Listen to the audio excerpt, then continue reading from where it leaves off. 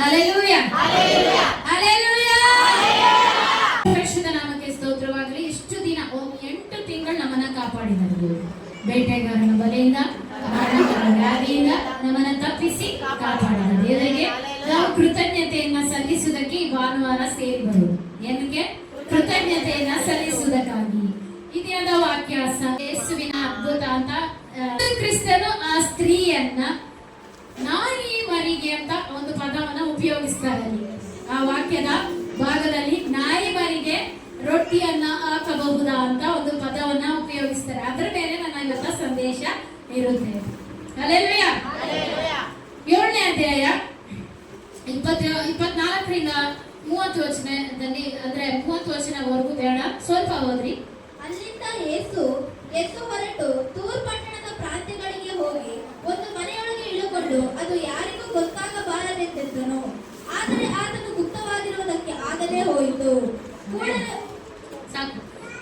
ಅಲ್ಲಿ ಏನಾಯ್ತಂದ್ರೆ, ತೂರ್ ಪಟ್ಟಣದಲ್ಲಿ ಆತನ ಹಾದು ಹೋಗ್ತಾ ಇದ್ದಾನೆ. ಅಲ್ಲಿಂದ ಯೇಸು ಎದ್ದು ಹೊರಟು ತೂರ್ ಪಟ್ಟಣದ ಪ್ರಾಂತ್ಯಗಳಿಗೆ ಹೋಗಿ ಒಂದು ಮನೆಯೊಳಗೆ ಇಳುಕೊಂಡು ಅದು ಯಾರಿಗೂ ಗೊತ್ತಾಗಬಾರದೆಂದು, ಆದ್ರೆ ಆತನು ಗುಪ್ತವಾಗಿರುವುದಕ್ಕೆ ಆಗದೆ ಹೋಯಿತು.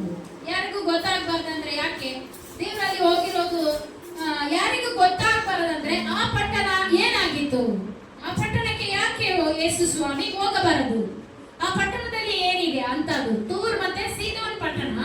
ತೂರ್ ಮತ್ತೆ ಸೀದೋನ್ ಪಟ್ಟಣದಲ್ಲಿ ಅಲ್ಲಿ ಇನ್ನೊಂದು ವಾಕ್ಯಗಳಲ್ಲಿ ಮತ್ತಾಯ ಬರೆದ ಸುವಾರ್ತೆ ನಾವು ನೋಡ್ಬೋದು, ಸೀದೋನ್ ಪಟ್ಟಣ ಅಂತ ಕೂಡ ಇದೆ. ತೂರ್ ಪಟ್ಟಣ ಅಂದ್ರೆ ನಾವು ನೋಡುವಾಗ ತೂರ್ ಪಟ್ಟಣ ಯಾಕೆ ದೇವರು ಅಲ್ಲಿ ಹೋಗ್ಬಾರ್ದು ಅಂದ್ರೆ, ತೂರ್ ಪಟ್ಟಣದಲ್ಲಿ ಒಂದು ಪಟ್ಟಣ ಪ್ರಾಚೀನ ಶ್ರೀಮಂತ ಪಟ್ಟಣ. ಅದು ಯಾವುದು? ತೂರ್ ಪಟ್ಟಣ ಒಂದು ಪ್ರಾಚೀನ ಅಂದ್ರೆ ಹಳೆಯ ಕಾಲದ ಒಂದು ಪಟ್ಟಣ. ಒಂದು ತೂರ್ ಪಟ್ಟಣ ಆಗಿತ್ತು. ಆ ಪಟ್ಟಣದಲ್ಲಿ ವ್ಯಾಪಾರಗಳು ಹಾಗೆ ಹೆಸರುವಾಸಿಯಾಗಿದ್ದಂತ ಪಟ್ಟಣ ಮತ್ತು ಅಲ್ಲಿ ಎಮ್ಮೆ ಹಾಗೂ ವಿಗ್ರಹಾರಾಧನೆಗಳಿಂದ ತುಂಬಿದ ಪಟ್ಟಣ. ಯಾವುದು? ತೂರ್ ಮತ್ತೆ ಸೀದೋನ್ ಪಟ್ಟಣ. ಆ ಪಟ್ಟಣದಲ್ಲಿ ಹಳವುಳಬಡಿಯ ಪ್ರವಾದಿಗಳು ಅದರ ದುಷ್ಟತನಕ್ಕಾಗಿ ಅದನ್ನ ಖಂಡಿಸಿದ್ರು. ಏನ್ ಮಾಡಿದ್ರು? ಆ ದುಷ್ಟತನ ಜಾಸ್ತಿ ಆಗಿರೋದ್ರಿಂದ ಆ ಪಟ್ಟಣವನ್ನ ಖಂಡಿಸಿ, ಇಲ್ಲಿ ಯಾವತ್ತಿಗೂ ಅಂದ್ರೆ ವಿಗ್ರಹಾರಾಧನೆ ತುಂಬಿದ ಪಟ್ಟಣಕ್ಕೆ ಯಾರು ಕೂಡ ಇಸ್ರಾಯೇಲ್ ಮಕ್ಕಳು ಹೋಗಬಾರದೆಂಬುದಾಗಿ ಒಂದು ದೈವಗುಕ್ತಿಯನ್ನ ನುಡಿದಿದ್ರು. ಏನ್ ಮಾಡಿದ್ರು? ನುಡಿದಿದ್ರು. ಹೊಸ ಒಡಂಬಡಿಕೆಯಲ್ಲಿ ಯೇಸು ಆ ಪ್ರದೇಶಕ್ಕೆ ಭೇಟಿ ಕೊಡ್ತಾ ಇದ್ದಾನೆ. ಇವಾಗ ಯೇಸು ಆ ಪ್ರದೇಶಕ್ಕೆ ಏನ್ ಮಾಡ್ತಾ ಇದ್ದಾನೆ? ಭೇಟಿ ಕೊಡ್ತಾ ಇದ್ದಾನೆ. ಯಾಕೆ ಅಂದ್ರೆ ಯೇಸು ಸ್ವಾಮಿ ಪ್ರಕಾರ ನಾವು ಮಾಡೋದಾದ್ರೆ, ನಾನು ಅಂದ್ರೆ ಮೋಸೆ ಧರ್ಮಶಾಸ್ತ್ರವನ್ನ ನಾನು ಅದನ್ನ ಏನ್ ಮಾಡೋದ? ನಾನು ಅದನ್ನ ನೆರವೇರಿಸುವುದಕ್ಕೆ ಬಂದಿದ್ದೇನೆ, ಅದನ್ನ ತಿರಸ್ಕಾರ ಮಾಡೋದಕ್ಕಾಗಿ ನಾನು ಬಂದಿಲ್ಲ ಅಂತ ಅದೇ ಯೇಸು ಸ್ವಾಮಿಗ ಯಾಕೆ ತೂರ್ ಪಟ್ಟಣಕ್ಕೆ ಹೋಗ್ತಾ ಇದ್ದಾರೆ? ಯಾಕೆ ಆ ಪಟ್ಟಣವನ್ನ ದೇವರು ಸಂಧಿಸಬೇಕಾಯಿತು? ಆ ಪಟ್ಟಣದಲ್ಲಿ ಏನಿದೆ?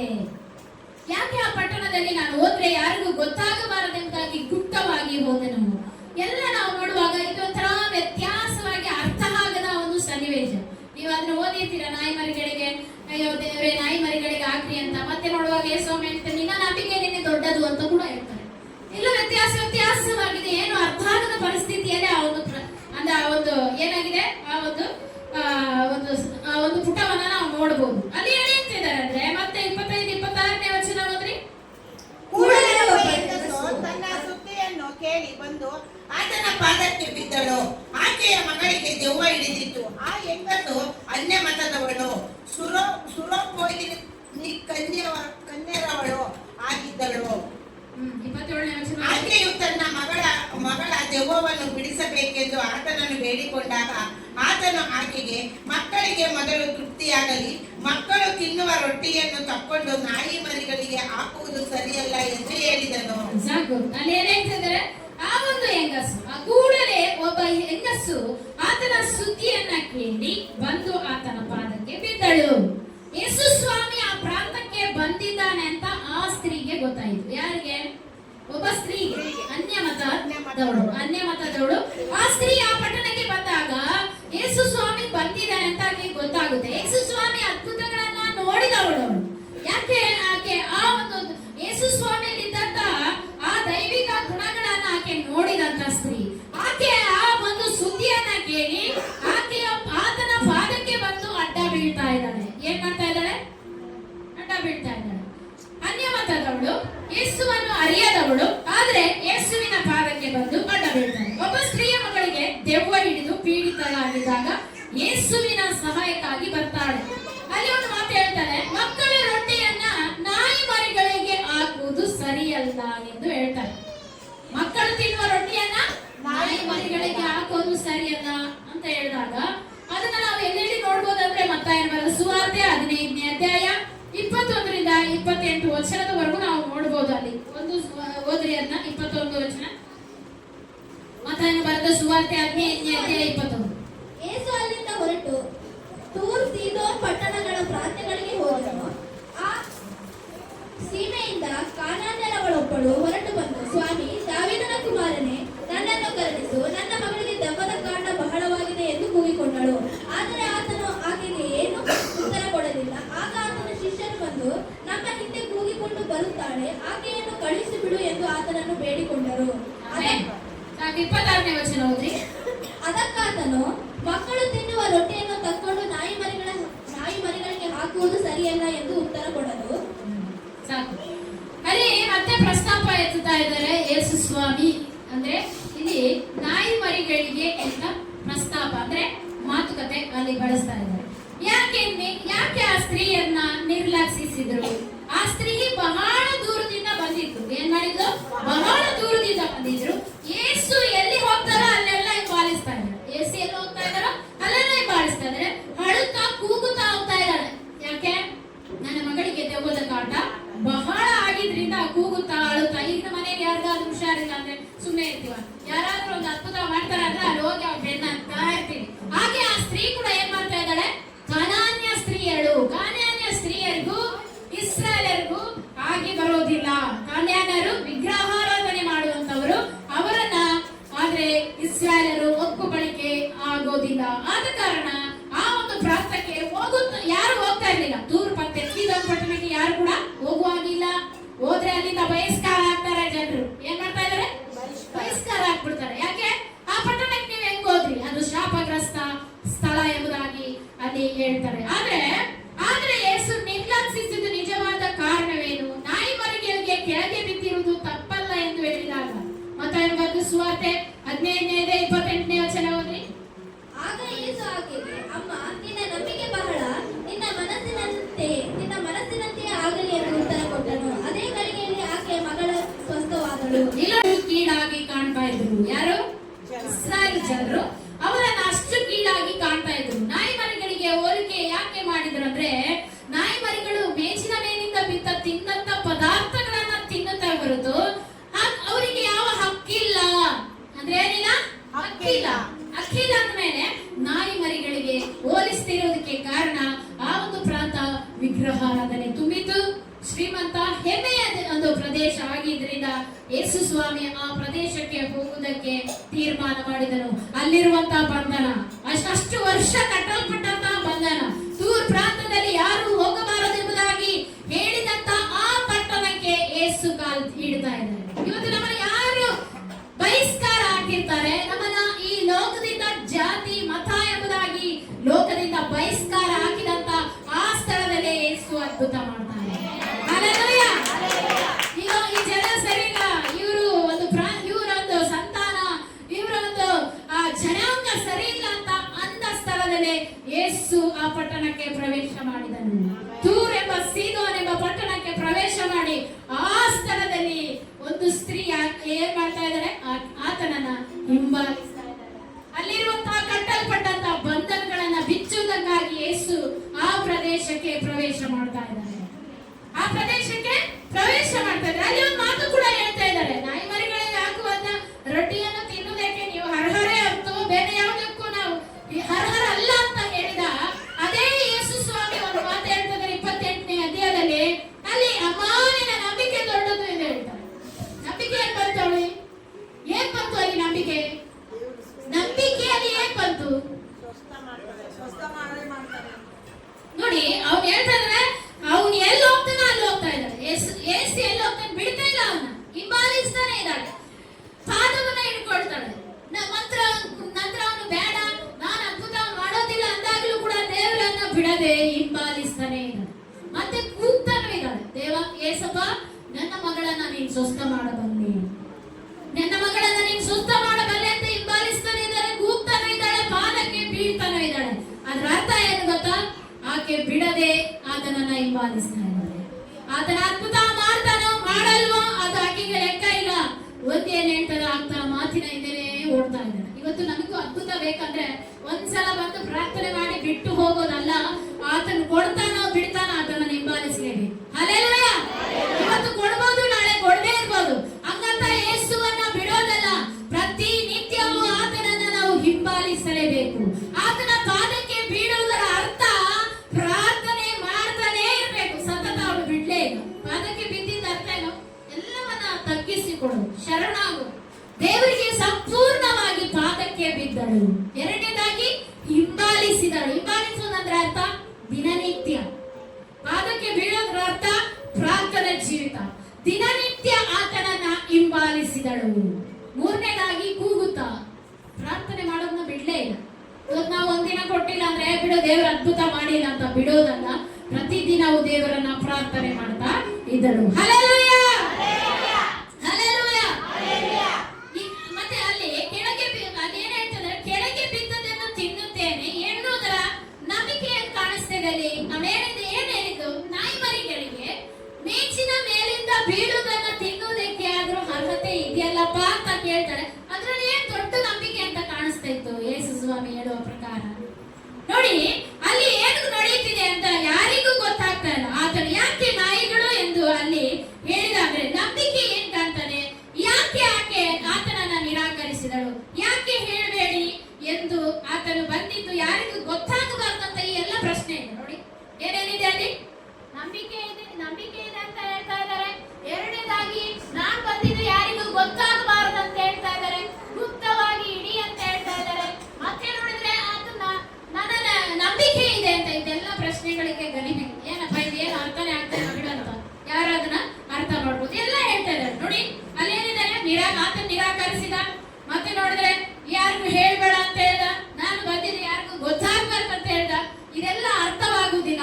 ಈ ಸಂದರ್ಭ ಅರ್ಥ ಮಾಡಿಕೊಳ್ಳುವುದಕ್ಕೆ ಸ್ವಲ್ಪ ಕಷ್ಟ ಆಗುತ್ತೆ. ನನಗೇನಾಗುತ್ತೆ? ಸ್ವಲ್ಪ ಕಷ್ಟ ಆಗುತ್ತೆ. ಈ ಸಂದರ್ಭ ಏನು ಎಂದು ನೋಡೋಣ. ಮಾರ್ಕನ ಬರೆದ ಸುವಾರ್ತೆ 7ನೇ ಅಧ್ಯಾಯ 24ನೇ ವಚನ ಹಾಗೂ 30ನೇ ವಚನ ಯಾರಾದ್ರೂ ಓದ್ರಿ. ಅಲ್ಲಿಂದ ಯೇಸು ಎದ್ದು ಹೊರಟು ತೂರ್ ಪಟ್ಟಣದ ಪ್ರಾಂತ್ಯಗಳಿಗೆ ಹೋಗಿ ಒಂದು ಮನೆಯೊಳಕ್ಕೆ ಇಳಕೊಂಡು ಅದು ಯಾರಿಗೂ ಗೊತ್ತಾಗಬಾರದೆಂದನು. ಆದರೆ ಆತನು ಗುಪ್ತವಾಗಿರುವುದಕ್ಕೆ ಆಗದೆ ಹೋಯಿತು. ಆಮೇಲೆ 30ನೇ ವಚನ ಓದ್ರಿ. ಆಕೆಯು ತನ್ನ ಮನೆಗೆ ಹೋಗಿ ನೋಡಲಾಗಿ ಆ ಹುಡುಗಿ ಹಾಸಿಗೆಯ ಮೇಲೆ ಮಲಗಿದ್ದಳು. ದೆವ್ವ ಅವಳನ್ನು ಬಿಟ್ಟು ಹೋಯಿತು. Amen, amen. ಮಗಳನ್ನ ಕರ್ಕೊಂಡು ಬಂದಿಲ್ಲ, ಆದ್ರೆ ಅವಳು ಸತತವಾಗಿ ದೇವರನ್ನೇ ಹಿಂಬಾಲಿಸಿದಳು. ಹಲ್ಲೆಲೂಯಾ. ನೀವು ಮಾಡುವ ಪ್ರಾರ್ಥನೆ ಸತತವಾಗಿ ಉತ್ತರ ಸಿಗುವವರೆಗೂ ಬಿಡಬಾರ್ದು. ಆಕೇನ್ ಮಾಡಿದ್ಲು? ಪಾದ ಹಿಡಿದ್ಲು, ಹಿಂಬಾಲಿಸಿದ್ಲು, ಕೂಗ್ತಾನೆ ಇರ್ತಾ ಇದ್ಲು. ದೇವ ನನ್ನ ನೀನ ಏನ್ ಮಾಡು, ನನ್ನ ಮಕ್ಕಳಿಗೆ ಒಂದು ಬಿಡುಗಡೆ ಕೊಡು. ದೆವ್ವ ಕಾಟದಿಂದ ಬಹಳ ಕಷ್ಟ ಪಡ್ತಾ ಇದ್ದಾಳೆ. ಮಲಗಿದಲ್ಲೇ ಇದ್ದಾಳೆ. ಯಾರು ನನಗೆ ಸಹಾಯ ಇಲ್ಲ, ಗಂಡ ಬಿಟ್ಟಿದ್ದಾನೆ, ಯಾರು ನನಗೆ ಸಹಾಯ ಇಲ್ಲ. ದೇವರೇ ನೀನು ಅದ್ಭುತ ಮಾಡು ಅಂತ ದೇವರ ಪ್ರತಿನಿತ್ಯ ಆಕೆ ಕಾಯ್ತಾ ಇದ್ಲು. ಅದಕ್ಕೆ ಅವಳು ಹೇಳ್ತಾಳೆ, ನಾಯಿ ಮರಿಗಳಿಗೆ ಹಾಕೋದು ಸರಿನಾ? ಇದೆಲ್ಲ ನಾಯಿ ಮರಿಗಳಿಗೆ ಹಾಕುವಂತದ್ದಲ್ಲ. ಹಾಗೆ 7ನೇ ಅಧ್ಯಾಯ ಮಾರ್ಕನ ಬರೆದ ಸುವಾರ್ತೆ 25ನೇ ವಚನ ಓದ್ರಿ. ಕೂಡಲೇ ಒಬ್ಬ ಹೆಂಗಸು ಆತನ ಸುದ್ದಿಯನ್ನು ಕೇಳಿ ಬಂದು ಆತನ ಪಾದಕ್ಕೆ ಬಿದ್ದಳು. 26ನೇ ವಚನ. ಹಾಗೆಯೇ ಮಗಳಿಗೆ ದೆವ್ವ ಹಿಡಿದಿತ್ತು. ಆ ಹೆಂಗಸು ಅನ್ಯಮತದವಳು, ಸುರಪೋಯಿನಿಕ್ಯರವಳು ಆಗಿದ್ದಳು. 24ನೇ ವಚನ. ಅಲ್ಲಿಂದ ಯೇಸು ಎದ್ದು ಹೊರಟು ತೂರ್ ಪಟ್ಟಣದ ಪ್ರಾಂತ್ಯಗಳಿಗೆ ಹೋಗಿ ಒಂದು ಮನೆಯೊಳಗೆ ಇಳುಕೊಂಡು ಅದು ಯಾರಿಗೂ ಗೊತ್ತಾಗಬಾರದೆಂದಿದ್ದನು. ಆದರೆ ಆತನು ಗುಪ್ತವಾಗಿರುವುದಕ್ಕೆ ಆಗದೆ ಹೋಯಿತು. ಆಮೆನ್. ಗುಪ್ತವಾಗಿರುವುದಕ್ಕೆ ಆಗದೆ ಹೋಯಿತು. ಏನೋ ಹೋಗ್ದ, ಆದ್ರೆ ಗುಪ್ತವಾಗಿ ಇಡೋದಕ್ಕಾಗದಕ್ಕೆ ಕಾರಣ ಆ ಸ್ತ್ರೀ ಗೊತ್ತಾಯಿತು. ಇಲ್ಲಿ ನಮ್ಮ ಯೇಸು ಸ್ವಾಮಿ ಬಂದಿದ್ದಾರೆ. ಬಿಡಬಾರ್ದು. ಇವತ್ತು ಏನ್ ಮಾಡಬಾರ್ದು? ಬಿಡಬಾರ್ದು. ದೇವರು ನನಗೆ ಅದ್ಭುತ ಮಾಡೋರ್ಗು ಅದನ್ನ ನಿಂಬಲಿಸ್ತಾನೆ ಇರ್ತೀನಿ ಅಂತ. ಮಕ್ಕಳಿಗೆ ತೃಪ್ತಿ ಆಗಲಿ, ಮಕ್ಕಳ ರೊಟ್ಟಿಯನ್ನು ತೆಗೆದು ನಾಯಿ ಮರಿಗಳಿಗೆ ಹಾಕುವುದು ಸರಿಯಲ್ಲ ಅಂತ ಹೇಳ್ತಾರೆ. ನಿಜವೇ, ನಾಯಿ ಮರಿಗಳು ಮಕ್ಕಳ ಕೈಯಿಂದ ಬೀಳುವ ರೊಟ್ಟಿಯನ್ನು ತಿನ್ನುತ್ತಾವಲ್ಲ ಅಂತ ಹೇಳ್ತಾಳೆ. 29ನೇ ವಚನದಲ್ಲಿ ಇದೆ ನೋಡಿ, ಅದು ಓದಿ. ಈ ಮಾತನ್ನು ಹೇಳಿದ್ದರಿಂದ ದೆವ್ವವು ನಿನ್ನ ಮಗಳನ್ನು ಬಿಟ್ಟು ಬಿಟ್ಟಿದೆ, ಹೋಗು ಅಂದನು. ಈ ಮಾತು ಹೇಳ್ತಾ ಇದ್ದಾಗೆ ದೆವ್ವ ಅವರನ್ನ ಬಿಟ್ಟು ಹೋಯಿತು. ನಿನ್ನ ನಂಬಿಕೆ ದೊಡ್ಡದು ಎಂದು ಉತ್ತರ ಕೊಡುತ್ತಾನೆ. ಇದರ ಸಾರಾಂಶ ಯೇಸು ಏಕೆ ನಿರ್ಲಕ್ಷಿಸಿದರು? ಆ ಪ್ರದೇಶಕ್ಕೆ ಬಂದದ್ದು ಯಾರಿಗೂ ಗೊತ್ತಾಗಬಾರದೆಂದು ಹೇಳುತ್ತಾನೆ. ಇಸ್ರಾಯೇಲನ್ನು ರಕ್ಷಿಸಲು ಬಂದಿದ್ದೇನೆಂದು ಏಕೆ ಹೇಳಿದರು? ಬಂದಿಲ್ವಾ ಅಥವಾ ದೇವರ ಮಕ್ಕಳಿಗೆ ಅಷ್ಟೇ ಬಂದಿದ್ದಾರ? ಅನ್ಯ ಮತದವರು, ಅನ್ಯರಿಗೆ ದೇವರು ಬಂದಿಲ್ವಾ? ಹಾಗಾದ್ರೆ ಬೇರೆ ತಾರತಮ್ಯ ಮಾಡ್ತಾ ಇದ್ದಾರ ಯೇಸು?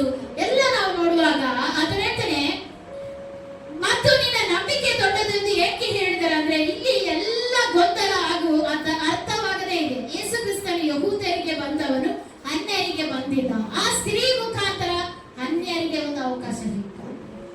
ಇಷ್ಟು ದಿನ ಎಲ್ಲರೂ ಹಳೆಯ ಒಡಂಬಡಿಕೆಯ ಪ್ರಕಾರ ಏನಾಗಿತ್ತು? ಬರೀ ಯಾರಿಗೆ? ಇಸ್ರೇಲರಿಗಷ್ಟೇ ದೇವರು. ಅವರೆಲ್ಲ ದೇವರಿಗೆ ವಿರುದ್ಧವಾಗಿ ವಿಗ್ರಹ ಆರಾಧನೆ ಮಾಡಿದಂತವ್ರು. ಯಾರು? ಸೀದೋನ್ ಪಟ್ಟಣ, ತೂರ್ ಪಟ್ಟಣ, ಹಾಗೆ ಕಾನಾನ್ಯರು, ಹಾಗೆ ಆಮೇಲೆ ಅನ್ಯ ಮತದವರು ಎಲ್ಲರೂ ದೇವರಿಗೆ ವಿರುದ್ಧವಾಗಿಯೇ ಮಾಡುವಂತ ಕಾರ್ಯ. ಅದನ್ನು ಮುರಿಬೇಕನ್ನೋದೇ ಯೇಸು ಆ ಪಟ್ಟಣದೊಳಗೆ. ಇದ್ರಿಗೆ ಅರ್ಥ ಆಯ್ತಾ? ಯೇಸು ಯಾಕೆ ಹೋದ್ರು ಅಂದ್ರೆ, ಆ ಶಾಪಗ್ರಸ್ತ ಪ್ರದೇಶವನ್ನ ದೇವರು ಶಾಪ ಮುಕ್ತವಾಗಿ ಮಾಡುವುದಕ್ಕಾಗಿ ಆ ಪ್ರದೇಶಕ್ಕೆ ಹೊರಟು ಹೋದ್ರು. ಆ ಪ್ರದೇಶದಲ್ಲಿ ಒಂದು ಅದ್ಭುತ ಮಾಡುವುದಕ್ಕಾಗಿ ಹೊರಟು ಹೋದ್ರು. ಅನ್ಯ ಮತದೊಳಗೂ ದೇವರ ಇದ್ದಾನೆಂಬುದಾಗಿ ನಿರೂಪಿಸುವುದಕ್ಕಾಗಿ ಯೇಸು ಕ್ರಿಸ್ತನ ತೂರ್ ಮತ್ತು ಸೀದೋನ್ ಪಟ್ಟಣಕ್ಕೆ ಕಾಲಿಡುವುದಕ್ಕೆ ಆತನು ಹೋದನು. ಆ ಒಂದು ವಾರ್ತೆ ಕಾನಾನ್ಯ ಸ್ತ್ರೀಯಾದ ಅವಳಿಗೆ ಅದು ಸುದ್ದಿ ಮುಟ್ಟಿತು. ಆಕೆ ಬಿಡದೆ ಆತನನ್ನ ಹಿಂಬಾಲಿಸಿದಳು. ಅಲ್ಲಿ ಆತನು ಹೋದ ಸ್ಥಳವು ತೂರ್ ಹಾಗೂ ಸೀದೋನ್ ಅನ್ಯ ಜನಾಂಗದ ಪ್ರದೇಶ, ಯಹೂದ್ಯರು ವಾಸವಾಗಿರುವ ಹೊರಗಿನ ಪ್ರದೇಶ ಆ ಪ್ರದೇಶವಾಗಿತ್ತು. ಯಹೂದ್ಯರು ಹೋಗುವುದಿಲ್ಲ, ಇವರಿಗೂ ಅವರಿಗೂ ಹೊಂದಾಣಿಕೆ ಆಗ್ತಾ ಇರಲಿಲ್ಲ. ಯಾರಿಗೆ? ಇವರಿಗೂ ಅವರು ಬಹಳ ವಿಗ್ರಹ ಆರಾಧನೆ, ಬಲಿ ಕೊಡ್ತಾ ಇದ್ರು, ನರ ಬಲಿಗಳನ್ನ ಕೊಡ್ತಾ ಇದ್ರು. ಅವರು ಯಹೂದ್ಯರಿಗಿದೆಲ್ಲ ಆಗಲ್ಲ, ನರಬಲಿ ಕೊಡಬಾರ್ದು. ಆದ್ರೆ ಅವರೆಲ್ಲ ನರಬಲಿಗಳನ್ನ ಕೊಟ್ಟು ವಿಗ್ರಹಾರಾಧನೆ ಮಾಡುವಂತ ಜನಾಂಗ. ಯಾರು? ತೂರ್ ಮತ್ತು ಸೀದೋನ್ ಪಟ್ಟಣ. ಹಲ್ಲೆಲೂಯಾ! ಆ ಪಟ್ಟಣದಲ್ಲಿ ದೇವರನ್ನು ಬಿಡುಗಡೆ ಮಾಡುವುದಕ್ಕಾಗಿ ಅಲ್ಲಿ ಹೋದ್ರು. ನೋಡಿ, ಹಾಗೂ ಯಹೂದರಿಗೂ ಶತ್ರುಗಳು ಇದ್ದಾರೆ. ಅದು ಯಾರು? ಸೀದೋನರು. ಆಮೇಲೆ ಗಲಿಲಾಯ ಸಮುದ್ರದ ಉತ್ತರ ದಿಕ್ಕಿನಲ್ಲಿ ಇರುತ್ತದೆ. ಎಲ್ಲಿರುತ್ತದೆ? ಗಲಿಲಾಯ ಸಮುದ್ರದ ಉತ್ತರ ದಿಕ್ಕಿನಲ್ಲಿ ಈ ತೂರ್ ಮತ್ತೆ ಸೀದೋನ್ ಪಟ್ಟಣ ಇರುತ್ತದೆ. ಮೆಡಿಟೇರಿಯನ್ ಸಮುದ್ರದ ತೀರದ ಪ್ರದೇಶಗಳು. ಈ ಪ್ರದೇಶಗಳು ಬಹಳ ಕೆಟ್ಟದಾಗಿರುತ್ತೆ. ಇಜಬೇಲಳು ಇಲ್ಲಿ ವಾಸವಾಗಿದ್ದಳು. ಇಜಬೇಲಳು ಪರಿಚಯಿಸಿದಂತ ಒಂದು ಸ್ಥಳನೇ ಸೀದೋನ್ ಪಟ್ಟಣ. ಹಲ್ಲೆಲೂಯಾ! ನಾವು ಅದನ್ನ ಎಲ್ಲಿ ನೋಡಬಹುದು ಅಂದ್ರೆ, ಯೆಶಾಯ 23ನೇ ಅಧ್ಯಾಯ, ಯೆಹೆಜ್ಕೇಲ 28ನೇ ಅಧ್ಯಾಯದಲ್ಲಿ ಇದೆ ನೋಡಿ. ಮೇನ್ ಹೆಡ್ಲೈನಿಂಗ್ ಇದೆ, ಒಂದೇ ವಾಕ್ಯ. 23ನೇ ಅಧ್ಯಾಯ 1ನೇ ವಚನ ಓದ್ರಿ ಯಾರಾದ್ರೂ. ಯೆಶಾಯ 23ನೇ 1ನೇ ವಚನ ಓದ್ರಿ. ಊರಿನ ವಿಷಯವಾದ ದೈವೋಕ್ತಿ, ತಾರ್ಷೀಷಿನ ಹಡಗುಗಳೇ ಅಂಗಲಾಚಿ, ನಿಮ್ಮ ಆಶ್ರಯವು ಹಾಳಾಯಿತು, ನಿಮಗೆ ನೆಲೆಯಿಲ್ಲ, ರೇವಿಲ್ಲ. ಕಿತ್ತಿಮ್ ದೇಶೀಯರಿಂದ ಅವುಗಳಿಗೆ ತಿಳಿಯಿತು. ಅಲ್ಲೇನ್ ಹೇಳ್ತಿದ್ರೆ, ತೂರ್ಗೆ ಒಂದು ದೈವೋಕ್ತಿ ನುಡಿತಾರೆ, ಅದರ ಬಂದರುಗಳೆಲ್ಲ ಹಾಳಾಗೋಗ್ಲಿ ಅಂತ. ಅಲ್ಲಿ ನೋಡಿ, ಯೆಹೆಜ್ಕೇಲ 28ನೇ ಅಧ್ಯಾಯ 1ನೇ ವಚನ ಓದ್ರಿ ಯಾರಾದ್ರೂ. 8 1ನೇ ವಚನ.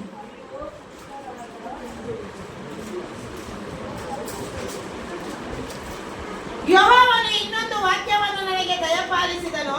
ನರಪುತ್ರನೇ, ನೀನು ತೂರಿನ ಪ್ರಭುವಿಗೆ ಹೀಗೆ ನುಡಿ, ಕರ್ತನಾದ ಯೆಹೋವನು ಇಂತೆನ್ನುತ್ತಾನೆ, ನೀನು ಉಬ್ಬಿದ ಮನಸ್ಸುಳ್ಳವನಾಗಿ, ಆಹಾ, ನಾನು ದೇವರ ಸಮುದ್ರದ ಮಧ್ಯದಲ್ಲಿ ದೇವರ ಆಸನವನ್ನು ಹತ್ತಿದ್ದೇನೆ ಅಂದುಕೊಂಡಿಯಷ್ಟೇ.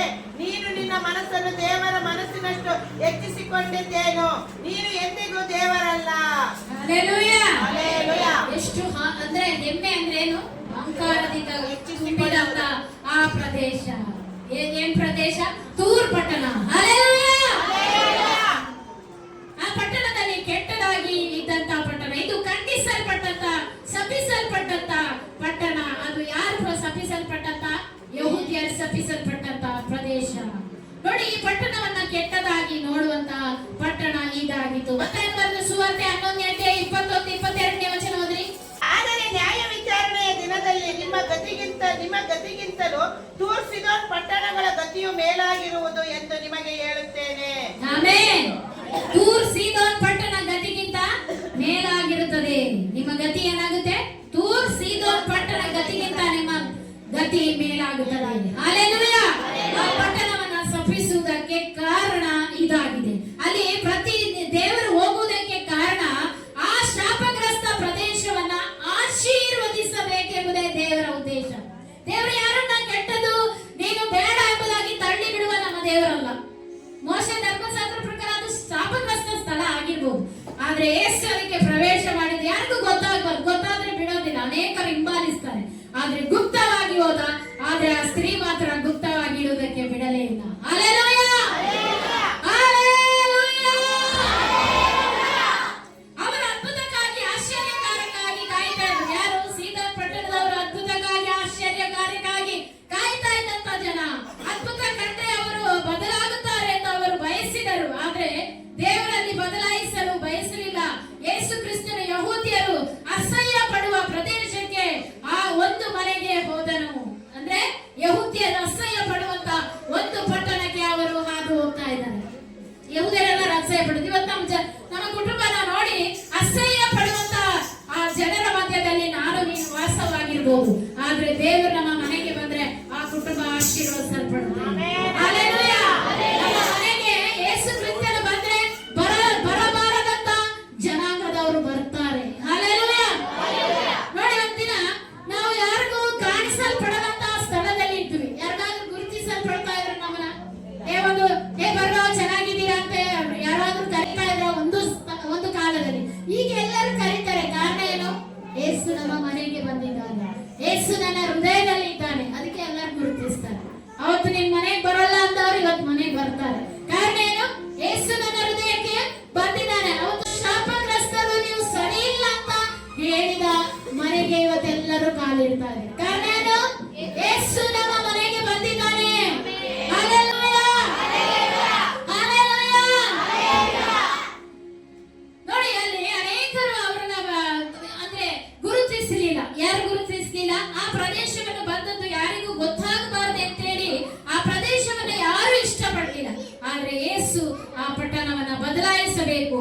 ಆ ಪಟ್ಟಣದ ಪ್ರದೇಶದ ಪರಿಸ್ಥಿತಿಗಳು ವಿಗ್ರಹನಂದನೆ ತುಂಬಿದೆ. ಅಲ್ಲಿ ಮಾಟಮಂತ್ರಗಳು ಜಾಸ್ತಿ. ನರಹತ್ಯ ಬಲಿಯನ್ನು ಕೊಡಬಾರದು. ಆ ಪ್ರದೇಶ ರಕ್ಷಿಸಲ್ಪಡಬೇಕೆಂಬುದಾಗಿ ತೂರ್ ಪ್ರದೇಶಕ್ಕೆ ಆತನು ಹೋದನು. ಯೇಸು ಕ್ರಿಸ್ತನ ಯಹೂದ್ಯರು ಅಸಹ್ಯ ಪಡುವಂತ ಪ್ರದೇಶಕ್ಕೆ ಒಂದು ಮನೆಗೆ ಹೋಗುವುದಕ್ಕೆ ಕಾರಣ ಶತ್ರುಗಳ ದೇಶ. ತೂರ್ ಜನ ನೋಡಿದರೆ ಹಿಂಬಾಲಿಸಿಕೊಂಡು ಬರ್ತಾರೆ. ಅದಕ್ಕೆ ಯಾರಿಗೂ ತಿಳಿಯಬಾರದೆಂದು ಅವರು ಆ ಸ್ತ್ರೀಯನ್ನು ಆತನನ್ನು ನೋಡಿ ಆತನನ್ನ ಹಿಂಬಾಲಿಸಿದಳು. ಈಕೆ ಏನಾಗಿದ್ದಾಳೆ ಅಂತ ಗೊತ್ತಾ? ಈ ಸ್ತ್ರೀ ಯಾರು ಅಂದ್ರೆ ಗ್ರೀಕ್ ದೇಶದವಳು. ಯಾವ ದೇಶದವಳು? ಗ್ರೀಕ್ ದೇಶದವಳು. ಗ್ರೀಕ್ ಸಂಸ್ಕೃತಿ ಪ್ರಕಾರ ಅನುಸಾರ ಜೀವಿಸಿದಂತ ಸ್ತ್ರೀ ಈಕೆ ಆಗಿದ್ದಾಳೆ. ಗ್ರೀಕ್ ಅಂದ್ರೆ ಸಂಸ್ಕೃತಿ ಪ್ರಕಾರ ಈಕೆ ಒಬ್ಬ ಅನ್ಯಳು. ಮಾರ್ಕನ ಬರೆದ ಸುವಾರ್ತೆ ನಾವು ನೋಡ್ತೀವಿ. ಈಗೇನು ಓದಕ್ ಹೋಗ್ಬಿಡಿ. ಅಲ್ಲಿ ಅನ್ಯ ಮತದವಳು. ಯೇಸು ಆಕೆಗೆ ಸುರೋಪೋನಿಕೆಯವಳು ಪ್ರದೇಶಕ್ಕೆ ಸೇರಿದ ಪೆನಿಕೆಯ ಸ್ತ್ರೀ. ಈಕೆ ಹೆಸರೇನು ಗೊತ್ತಾ? ಪೆನಿಕೆಯ ಸ್ತ್ರೀ, ಶಾಪಗ್ರಸ್ತ ಪ್ರದೇಶದಿಂದ ಬಂದ ಸ್ತ್ರೀ. ಮತ್ತಾಯನ ಬರೆದ ಸುವಾರ್ತೆ 15ರಲ್ಲಿ ಈಕೆ ಹೆಸರು ಏನಾಗಿದೆ? ಗ್ರೀಕ್ ದೇಶದವಳಾಗಿರ್ಬೋದು. ಈಕೆ ಕಾನಾನ್ಯ ಸ್ತ್ರೀ ಅಂತ ಮತ್ತಾಯನ ಬರೆದ ಸುವಾರ್ತೆ 15ರಲ್ಲಿ ನಾವು ನೋಡಿದೀವಿ ಆಲ್ರೆಡಿ. ನೋಡಿ, ಈಕೆ ಕಾನಾನ್ಯಳು ಎಂದು ಹೇಳುತ್ತಾರೆ. ಕಾನಾನ್ಯಳು ಶಾಪಗ್ರಸ್ತಳು, ಇಸ್ರೇಲರಿ ಅನ್ಯರು ಎಂದು ಕರೆಯುವ ಜನಾಂಗವೇ ಈ ಕಾನಾನ್ಯ. ಶಿಷ್ಯರಿಗೆ ಒಂದು ಪಾಠ ಕಲಿಸಬೇಕು ಅಂತ ಯಹೂದ್ಯರು ಯಾರಿಗೂ ಸೇರುವುದಿಲ್ಲ. ಯೇಸು ಬಂದು ನಂತರ ಕೂಗಿದು ಕಾಪಾಡು ಎಂದು ಬೇಡಿದಳು. ಕಾಲಿನ ಮೇಲೆ ಬಿದ್ದಳು. ಶಿಷ್ಯರು ಮತ್ತಾಯನ ಬರೆದ ಸುವಾರ್ತೆ 15ರಲ್ಲಿ ಈಕೆ ಕೂಗಿಕೊಂಡಳು. ನೋಡಿ, ಈಕೆಯನ್ನ ಕಳಿಸು ಎಂದು ಹೇಳ್ತಾರೆ. ಶಿಷ್ಯರು ಹೇಳ್ತಾರೆ, ಕಳಿಸ್ಬಿಡಿ, ಪಾದ ಹಿಡ್ಕೊಂಡು ಕೂಗ್ತಾ ಇದ್ದಾಳೆ, ಕಳಿಸ್ಬಿಡಿ ಸ್ವಾಮಿ ಅವಳ ಅಂತಾರೆ. ಆದ್ರೆ ಆಕೆ ಯೇಸು ಸ್ವಾಮಿ ಅಲ್ಲಿ ಆಕೆನ ಕಳಿಸುವುದಿಲ್ಲ. ನೋಡಿ, ಅವರ ಯಾರಿಗೂ ಗೊತ್ತಾಗಬಾರದು. ಇಲ್ಲಿ ಈಕೆ ಬಂದಿದ್ದು ಯಾರಿಗೂ ಗೊತ್ತಾಗಬಾರದು. ಅದು ಯಾರಿಗೂ ಇಷ್ಟ ಇರಲಿಲ್ಲ. ಯಾಕೆ? ಅವಳು ಬಂದಿದ್ದು ಇಷ್ಟ ಆಗಲಿಲ್ಲ. ಇವಳು ಅನ್ಯ ಮತದವಳು, ಇವ್ರು ರಕ್ಷಣೆ ಹೊಂದಬಾರದಂತ ಶಿಷ್ಯರಲ್ಲಿ ಇತ್ತು. ಆದ್ರೆ ಯಾರೊಂದಿಗೂ ಶಿಷ್ಯರು ಸೇರುತ್ತಾ ಇರಲಿಲ್ಲ. ಅವರವರು ಅಷ್ಟೇ ಸೇರೋದು. ಈಗ ನಾವು ಹಾಗೆ ನಾವು ತೆಲುಗುವರು ಅಷ್ಟೇ ಸೇರೋದು. ಕನ್ನಡದವ್ರ ಜೊತೆ ಸೇರಂಗಿಲ್ಲ. ಆಮೇಲೆ ತಮಿಳವ್ರನ್ನೇ ಸೇರ್ಕೊಳ್ಳೋದು. ಮತ್ತೆ ಬೇರೆ ಬೇರೆ ಅವರವರ ಜನಾಂಗ ಅಷ್ಟೇ ಸೇರ್ಬಾರ್ದು. ಎಲ್ಲರೂ ಒಂದೇ. ನಾವ್ ಯಾರಲ್ಲ? ಎಲ್ಲರೂ ಯೇಸು ಕ್ರಿಸ್ತನ ರಕ್ತದಿಂದ ತೊಳೆಯಲ್ಪಟ್ಟಿದ್ದೇವೆ. ಎಲ್ಲರೂ ಯೇಸು ಕ್ರಿಸ್ತನಿಗಾಗಿ ಜೀವಿಸ್ತಾ ಇದ್ದೇವೆ. ಎಲ್ಲರೂ ಒಂದೇ ಕಡೆಗೆ ಹೋಗ್ತಾ ಇದ್ದೀವಿ, ಬೇರೆ ಬೇರೆ ಕಡೆ ಹೋಗ್ತೀವಿ. ತೆಲುಗವ್ರಿಗೊಂದು ಸಪ್ರೇಟ್ ಪರಲೋಕ, ಕನ್ನಡದವ್ರಿಗೊಂದು ಸಪ್ರೇಟ್ ಪರಲೋಕ ಎಲ್ಲಾದ್ರೂ ಮಾಡಿದಾರ? ಒಂದೇ ಮಾಡಿದ್ದಾರೆ. ಭೇದ ಭಾವ ದೇವರಲ್ಲಿಲ್ಲ. ನಮ್ಮಲ್ಲಿರೋದು ನೀನ್ ದೊಡ್ಡವನು, ನಾವು ಚಿಕ್ಕವರು, ನೀವು ಬಡವರು, ನಾವು ಶ್ರೀಮಂತರು, ನೀವು ಓದಿದವರು, ನಾವು ಓದಿಲ್ಲ. ಇದೆಲ್ಲ ಯಾರು ಮಾಡ್ಕೊಂಡಿದ್ದು? ನಾನು ನೀವು ಮಾಡ್ಕೊಂಡಿರೋದು. ದೇವರು ಪಕ್ಷಪಾತಿ ಅಲ್ಲ. ಆತನು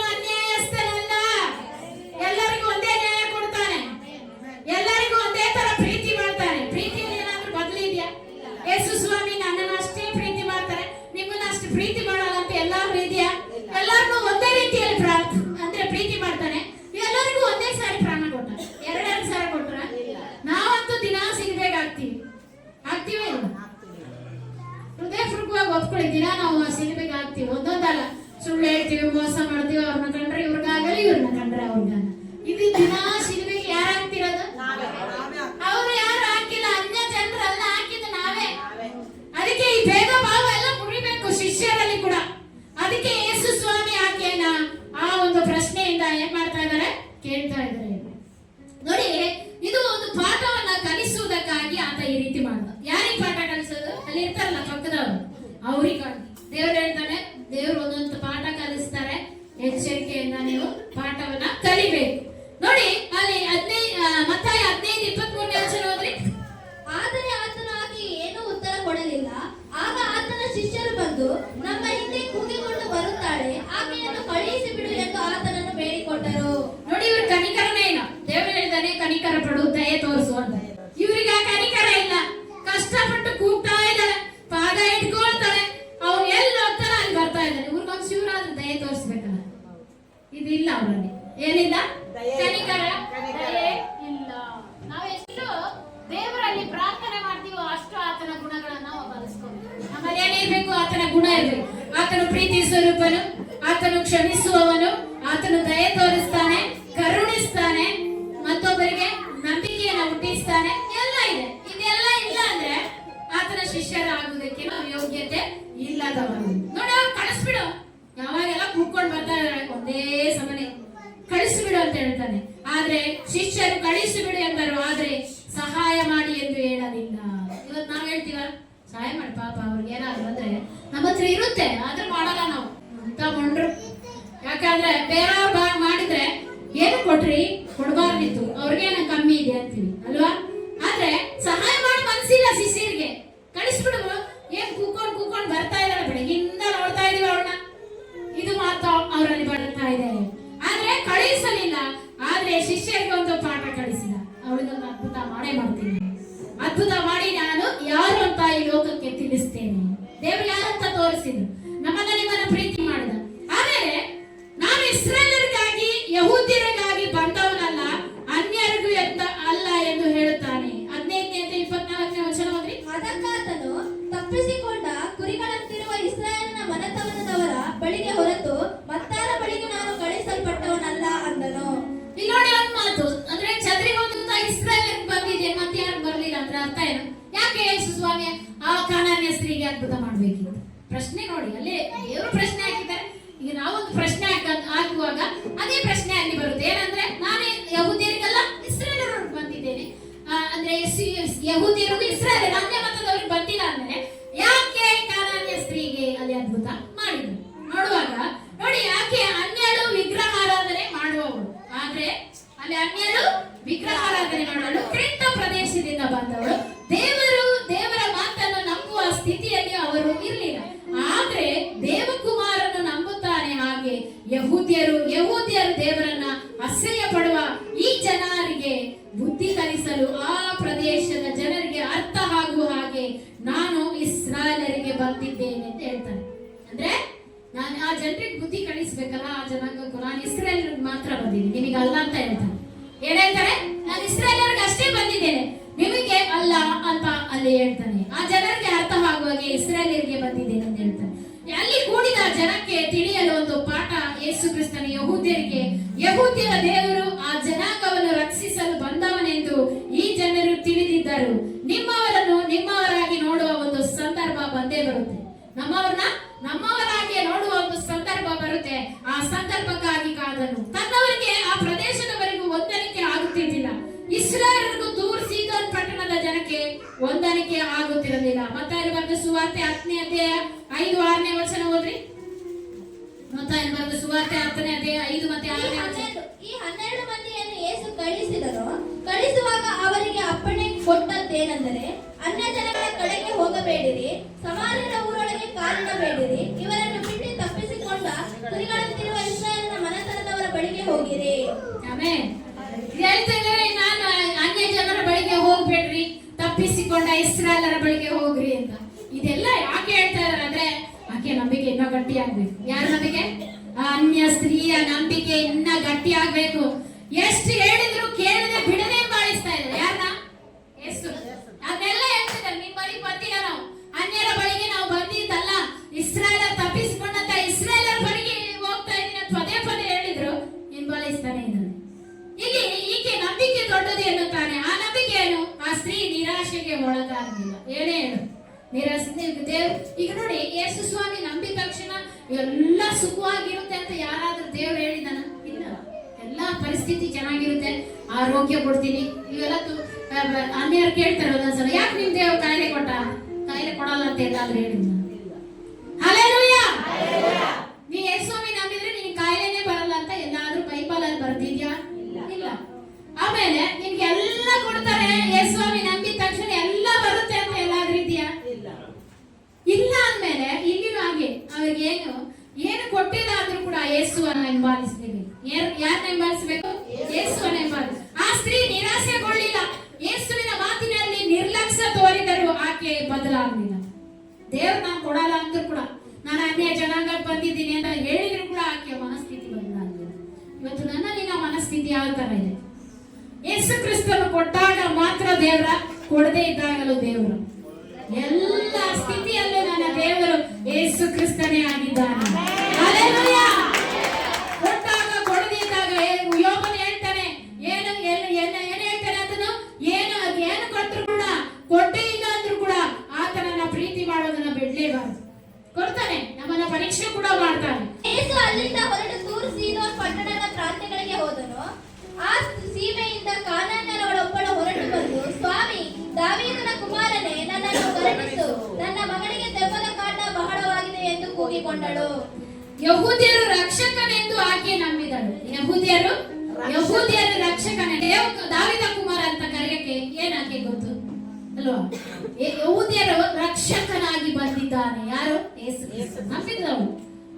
ಯಹೂದ್ಯರಿಗೆ ರಕ್ಷಕನಾಗಿ ಬರುವಂತವನೇ ಮೆಸ್ಸಿಯನಾಗಿದ್ದಾನೆ, ಆತನೇ ಯೇಸು ಕ್ರಿಸ್ತನಾಗಿದ್ದಾನಂತೆ ನಂಬಿಕೆ ಇಟ್ಟು ಅಲ್ಲಿ ಏನಿದೆ ಅಂದ್ರೆ ದಾವೀದ ಕುಮಾರನೇ ಅಂತ ಕರೆದಳು. ಆಕೆ ನಂಬಿದಳು. ಅಂದರೆ ಆಕೆಗೆ ವಾಕ್ಯ ತಿಳಿದಿತ್ತು, ಗೊತ್ತಿತ್ತು ಆಕೆಗೆ. ಅಂದ್ರೆ ದೇವರ ಬಗ್ಗೆ ಆಕೆಗೆ ಗೊತ್ತಿದ್ದೇ ಹಿಂಬಾಲಿಸೋದಕ್ಕೆ ಹೋಗ್ತಾ. ಯಾರು ಗೊತ್ತಿಲ್ಲ ಅಂದ್ರೆ ಯಾರು ಹಿಂಬಾಲಿಸ್ತಾರೆ? ಏನು ಗೊತ್ತಿಲ್ಲಪ್ಪ, ಆದ್ರೆ ಹಿಂಬಾಲಿಸೋಕೆ ನನಗೆ ಅರ್ಹತೆ, ಆಕೆ ಹಿಂಬಾಲಿಸ್ತಾ ಇದ್ದಾಳೆ. ಅದರ ಅರ್ಥ ಏನೋ? ಆಕೆಗೆ ಗೊತ್ತು ಅದ್ಭುತ ಮಾಡ್ತಾರೆ ಅಂತ. ಆಕೆ ನಂಬಿದಳು. ಆಕೆ ವಾಕ್ಯವನ್ನ ತಿಳಿದಿದ್ದಳು. ಮೆಸ್ಸಿಯನಾಗಿ ಅಂಗೀಕಾರ ಮಾಡಿಕೊಂಡು, ಏನಾಗಿ? ಯೇಸು ಕ್ರಿಸ್ತನೊಬ್ಬ ರಕ್ಷಕನು ಎಂಬುದಾಗಿ ಅಂಗೀಕಾರ ಮಾಡಿಕೊಂಡಳು. ಅದಕ್ಕಾಗಿ ಪಾದ ಹಿಡಿದು, ಅದಕ್ಕೆ ಪಾದ ಹಿಡಿದು. ಇಲ್ಲಾಂದ್ರೆ ಯಾರೋ ಹೋಗ್ತಾನೆ, ಯಾರೋ ಬರ್ತಾನೆ ಅಂತ ಯಾರಾದ್ರೂ ಹಿಡಿತಾರ? ಬಗ್ಗೆ ಯಾರು ಅವ್ರ ಬಗ್ಗೆ ಗೊತ್ತಿಲ್ಲ ಅಂದ್ರೆ ಅವ್ರ ಬಗ್ಗೆ ಹಿಂಬಾಲಿಸ್ಲಿಕ್ಕೆ ಏನು ಹುಚ್ಚ ಅವ್ರಿಗೆ?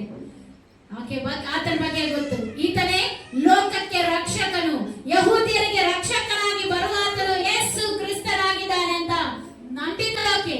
ನಂಬಿ ಆಕೆ ಪದೇ ಪದೇ ಹೋಗ್ತಾ ಇದ್ದಲ್ಲ. 5ನೇ 22ನೇ ವಚನ, 22, 23ನೇ ವಚನ ಓದ್ರಿ. ಮತ್ತೆ ಮಾರ್ಕನ್ ಬರೆದ ಸುವಾರ್ತೆ 5ನೇ ಅಧ್ಯಾಯ 22, 23ನೇ ವಚನ. ಆಗ ಸಭಾಮಂದಿರದ ಅಧಿಕಾರಿಗಳಲ್ಲಿ ಒಬ್ಬನಾದ ಯಾಯೀರನೆಂಬವನು ಬಂದು ಯೇಸುವನ್ನು ಕಂಡು ಆತನ ಪಾದಗಳಿಗೆ ಬಿದ್ದು, ನನ್ನ ಚಿಕ್ಕ ಮಗಳು ಈಗ ಸಾಯುತ್ತಾಳೆ, ಆಕೆಯು ವಾಸಿಯಾಗಿ ಬದುಕಿಕೊಳ್ಳುವಂತೆ ಬಂದು ಆಕೆಯ ಮೇಲೆ ಕೈ ಇಡಬೇಕೆಂದು ಆತನನ್ನು ಬಹಳವಾಗಿ ಬೇಡಿಕೊಂಡನು. ಆಮೇಲೆ ನೋಡಿ, ಆಕೆನ ಪದೇ ಪದೇ ಹಿಂಬಾಲಿಸುವುದಕ್ಕೆ ಕಾರಣ ಏನಂದ್ರೆ, ಅದು ನೋಡಿ, ಆ ಯಹೂದ್ಯರ ಅಧಿಕಾರಿ ಒಬ್ಬ ಆತನನ್ನ ಹಿಂಬಾಲಿಸಿ ಆ ನಂಬಿಕೆಯನ್ನು ಹೆಚ್ಚಿಸಿಕೊಂಡನು. ಏನ್ ಮಾಡ್ತಾ ಇದ್ದಾನೆ? ನಂಬಿಕೆಯನ್ನ ಹೆಚ್ಚಿಸಿಕೊಂಡನು. ಅದೇ ರೀತಿ ಯೇಸು ಮಾಡಿದ ಕಾರ್ಯಗಳು ತಿಳಿದಿದ್ದಳು ಅವಳು. ಯಾರು ತಿಳಿದಿದ್ಲು? ಇದೆಲ್ಲ ಹಿಂದೆ ಬಂತಲ್ಲ, ಆ ಯಾಯಿರನ ಮಗಳಿಗೆ ಅದ್ಭುತ ಮಾಡಿದ್ದು, ಇದೆಲ್ಲ ಯಾರು ತಿಳಿದಿದ್ಲು? ಯಹೂದ್ಯ ಮತದವಳು ತಿಳ್ಕೊಂಡಿದ್ಲು. ತಿಳ್ಕೊಂಡೆ ಅಲ್ಲಿ ಬರ್ತಾ ಇದ್ದಾಳೆ. ನಂಬಿಕೆಯನ್ನ ಗಟ್ಟಿಯಾಗಿ ಮಾಡಿಕೊಂಡಳು. ನಮ್ಮ ನಂಬಿಕೆ ಎಲ್ಲಿದೆ? ದೇವರು ಕೊಟ್ಟಾಗ ನಂಬಿಕೆ, ದೇವರು ಕೊಡದಿದ್ದಾಗ ಅಪನಂಬಿಕೆ ಅಲ್ಲ. ನಮ್ಮ ನಂಬಿಕೆ ಯಾವಾಗಲೂ ಸ್ಥಿರವಾಗಿರಬೇಕು. ಹಲ್ಲೆಲೂಯಾ.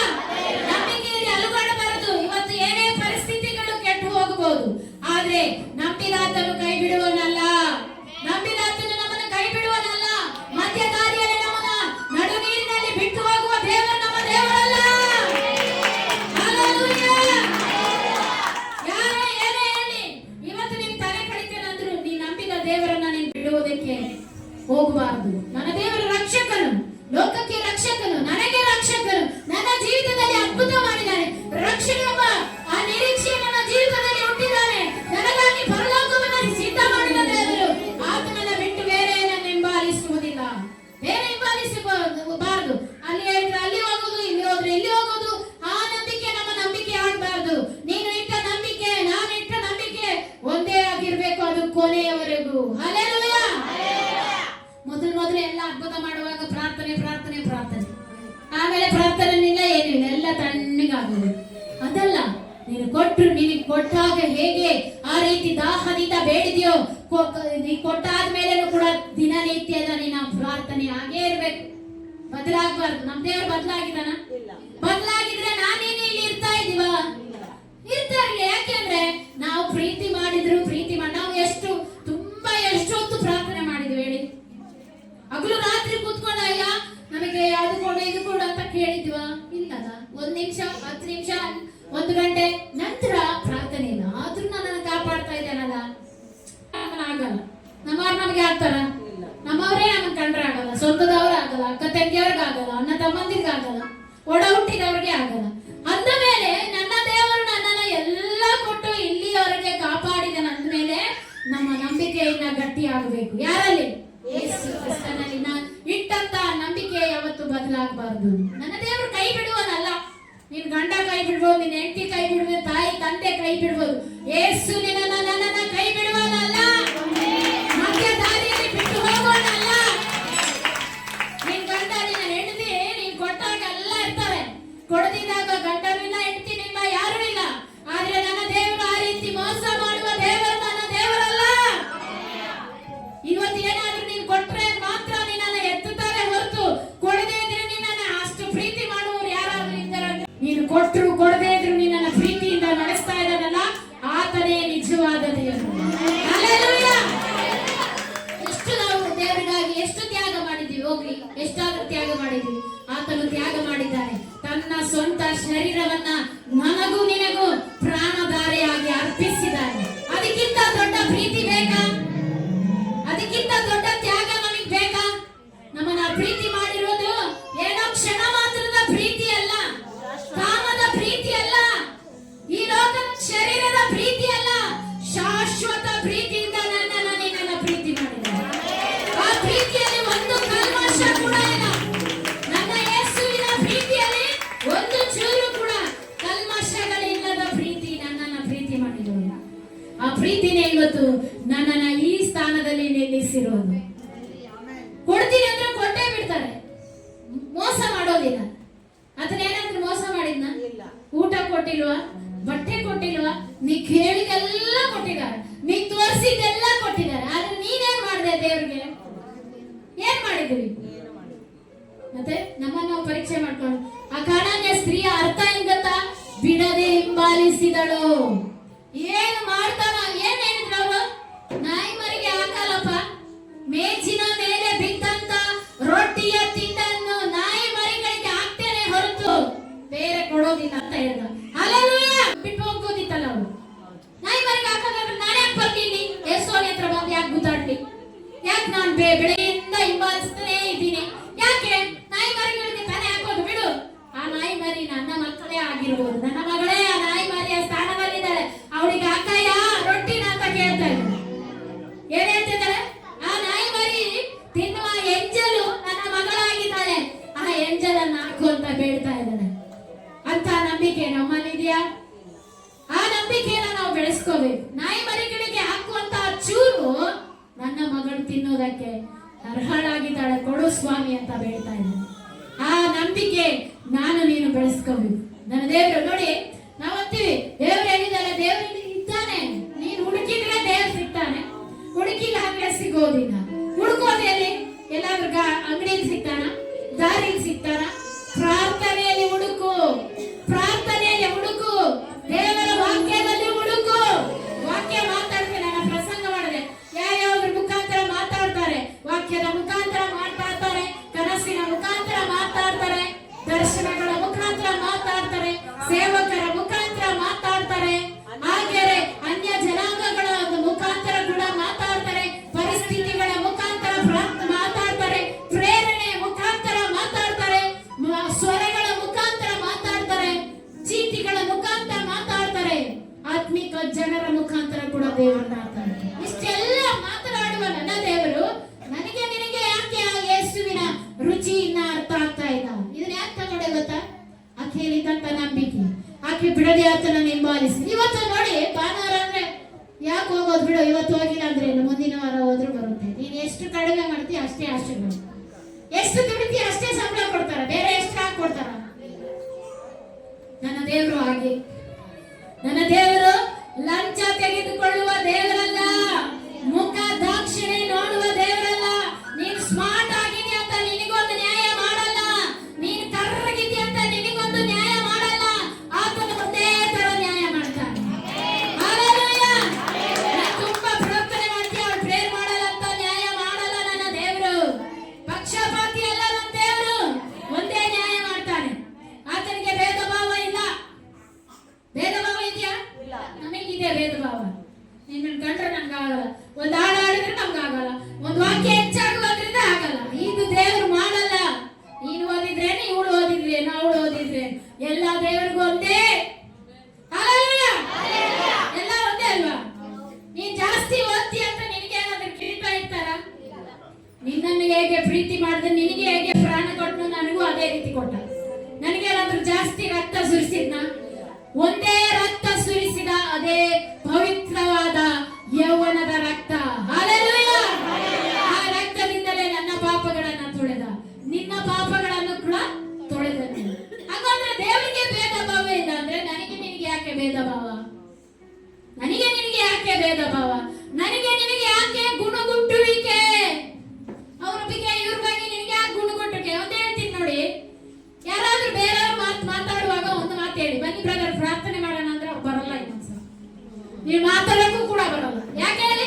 ಪ್ರಾರ್ಥನೆ ಆಗಲ್ಲ. ಬೇಕಾದ್ರೆ ಮಾತಾಡಂದ್ರೆ ಮಾತಾಡ್ತಾರೆ, ಅವ್ರಿಗೆ ಇವ್ರಿಗೆ, ಇವ್ರಿಗೆ ಅವ್ರಿಗೆ, ಅವ್ರಿಗೆ ಇವ್ರಿಗೆ. ಈ ಮಾತುಗಳನ್ನ ಬಿಟ್ಟು ಪ್ರಾರ್ಥನೆ ಮಾಡೋಣ ಬನ್ನಿ ಬ್ರದರ್, ನನ್ನ ಸಭೆಗೆ ಇನ್ನ ಜಾಗ ಸಿಕ್ಕಿಲ್ಲ, ಒಂದ್ ಸ್ವಲ್ಪ ಪ್ರೇಯರ್ ಮಾಡೋಣ ಅಂತ ಕರೀರಿ.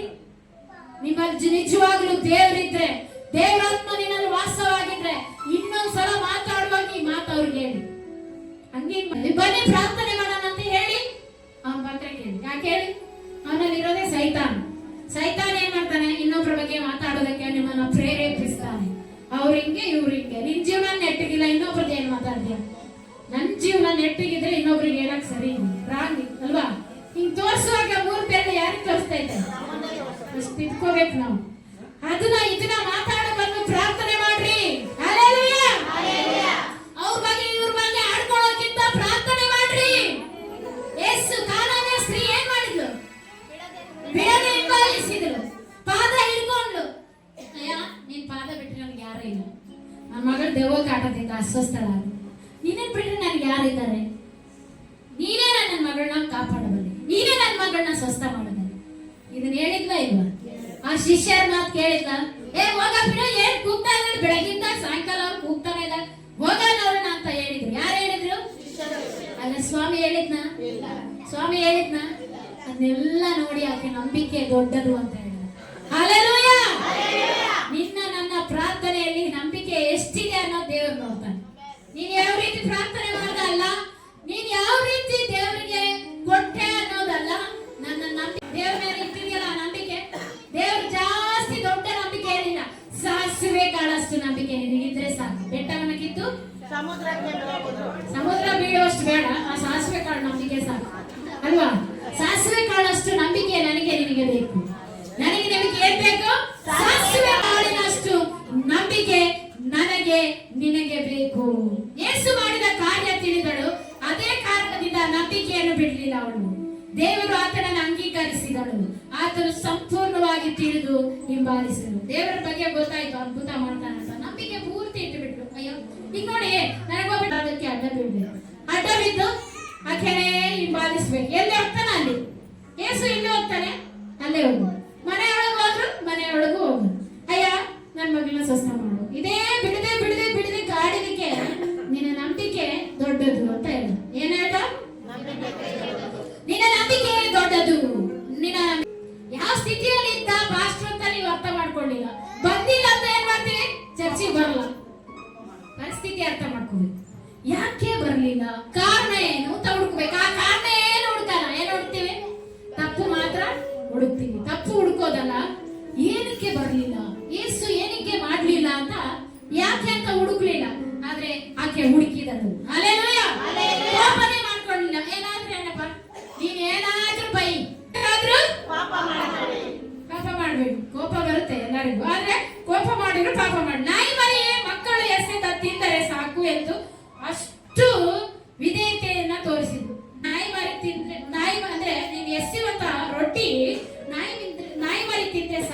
ಅಷ್ಟು ವಿಧೇಯತೆ. ನಾಯಿ ಅಂದ್ರು, ಯೇಸು ಸ್ವಾಮಿ ನಾಯಿ ಅಂತ ಬಳಸಿದ್ರು. ಹಾಗಾದ್ರೆ ಆಕೆ ನಾಯಿ ಅಂತ ಹೇಳಿದ ತಕ್ಷಣ ಬಿಟ್ಟು ಹೋಗ್ಬೇಕಿತ್ತಲ್ಲ, ಯಾಕೆ ಹಿಂಬಾಲಿಸಿದ್ರು? ತನ್ನನ್ನು ತಗ್ಗಿಸಿಕೊಂಡು. ತಗ್ಗಿಸಲ್ಪಡುವವನು ಹೆಚ್ಚಿಸಲ್ಪಡುವವನು.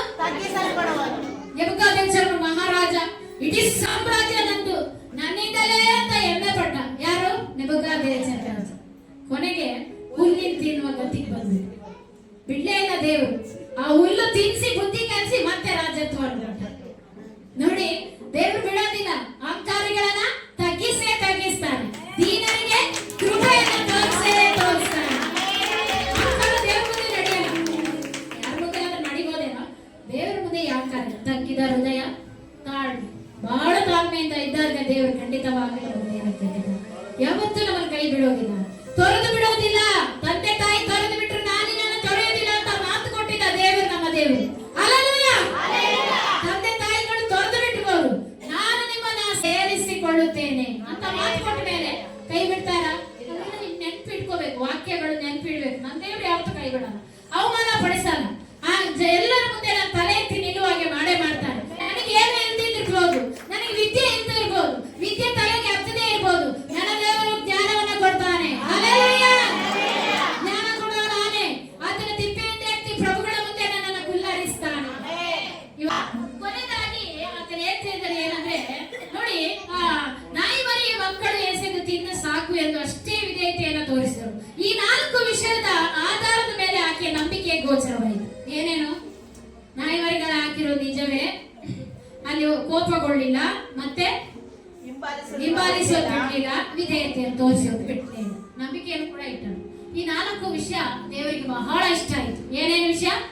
ಹಿಂಬಾಲಿಸೋದು, ತಗ್ಗಿಸುವುದು, ಆಕೆ ವಿಧೇಯಳಾಗೋದು, ನಂಬಿಕೆ. ಇದನ್ನ ಬಿಡ್ಲೇ ಇಲ್ಲ. ಈ ವಿಷಯ ಇಷ್ಟೇನೆ ದೇವರು ಇಷ್ಟಪಡ್ತಾನೆ. ದೇವರು ಬೇರೆ ಏನು ಇಷ್ಟಪಡಲ್ಲ. ನೀನು ಶ್ರೀಮಂತನ ಅಥವಾ ನೀನು ಚೆನ್ನಾಗಿದ್ಯಾ, ತುಂಬಾ ಚೆನ್ನಾಗಿ ಓದಿದ್ಯಾ ಅಂತ ಅದೆಲ್ಲ ದೇವರು ನೋಡಲ್ಲ. ನಮ್ಮಲ್ಲಿರುವಂತ ಗುಣ ಯಾವುದು? ವಿಧೇಯತೆ, ತಗ್ಗಿಸುವಿಕೆ, ಹಿಂಬಾಲಿಸೋದು, ನಂಬಿಕೆ. ಇದನ್ನ ಮಾತ್ರ ಇಷ್ಟಪಡ್ತಾನೆ. ನಂಬಿಕೆ ನೋಡ್ತಾನೆ. ಯೇಸು ಸ್ವಾಮಿ ಎಲ್ಲ ಅದ್ಭುತ ಮಾಡಿದ್ರು, ಎಲ್ಲರಿಗೂ ಒಂದೇ ಮಾತು ಹೇಳಿ, ನಿನ್ನ ನಂಬಿಕೆ ನೀನು ಅನ್ಸೋಸ್ತಾನೆ. ಏನ್ ಹೇಳಿದ್ರು? ನಿನ್ನ ನಂಬಿಕೆ ಹೇಗಿದೆಯೋ ಅಷ್ಟು ಅದ್ಭುತ ಆಗುತ್ತೆ. ನಿನ್ನ ನಂಬಿಕೆಗೆ ಮೀರಿ ದೊಡ್ಡ ಕಾರ್ಯ ಏನು ಮಾಡಲ್ಲ. ನಿನ್ನ ನಂಬಿಕೆ ಎಷ್ಟಿದೆಯೋ ಅಷ್ಟು ಅದ್ಭುತ. ನೀನ್ ಎಷ್ಟು ಬಿತ್ತಿದ್ಯಾ ಅಷ್ಟು ಕುಯ್ತೀಯ. ಜಾಸ್ತಿ ಬಿತ್ತಿದ್ರೆ ಜಾಸ್ತಿ ಕುಯ್ತೀಯ, ಕಡಿಮೆ ಬಿತ್ತಿದ್ರೆ ನಮ್ಮಲ್ಲೇ ಇದೆ. ಏನಿದೆ? ನಮ್ಮಲ್ಲೇ ನಾವು ಪರೀಕ್ಷೆ ಮಾಡ್ಕೋಬೇಕು. ನಾನೇನ್ ಬಿತ್ತಿದೆ? ಜಾಸ್ತಿ ಬಿತ್ತಿದ್ನ, ಕಡಿಮೆ ಬಿತ್ತಿದ್ನ? ಹಲ್ಲೆಲೂಯಾ. ಕಡಿಮೆ ನಂಬಿಕೆ ಬಿತ್ತಿದ್ರೆ ಕಡಿಮೆ ನಂಬಿಕೆಯಲ್ಲೇ ಕುಯ್ತೀವಿ. ಜಾಸ್ತಿ ನಂಬಿಕೆ ಇಟ್ಟರೆ ಜಾಸ್ತಿ ನಂಬಿಕೆಯನ್ನು ನಡೆಸ್ತಾರೆ. ಆಕೆ ನಂಬಿಕೆ ಗೋಚರಗೊಂಡಿತು ನೋಡಿ. ಈ 4 ವಿಷಯದ ಆಧಾರದ ಮೇಲೆ ಆಕೆ ನಂಬಿಕೆ ಗೋಚರವಾಗಿತ್ತು. ಕೊನೆಯದಾಗಿ ನಾಯಿ ಮರಿ ಎಂದು ಯಾಕೆ ಹೇಳಿದಂದ್ರೆ, ಇಸ್ರಾಯೇಲ್ಗೆ ಕಾನಾನ್ಯರು ಎಂದರೆ ಅಷ್ಟು ದುಷ್ಟ ಜನ, ಅಶುದ್ಧವಾದವರು, ಯಹೂದ್ಯರು ದೂರ ಇಡ್ತಾ ಇದ್ದರು. ಯಹೂದ್ಯರ ಪದ ಬಳಕೆಯಿಂದ ಒಂದು ರೀತಿ ಆಡು ಮಾತು ಇದಾಗಿದೆ.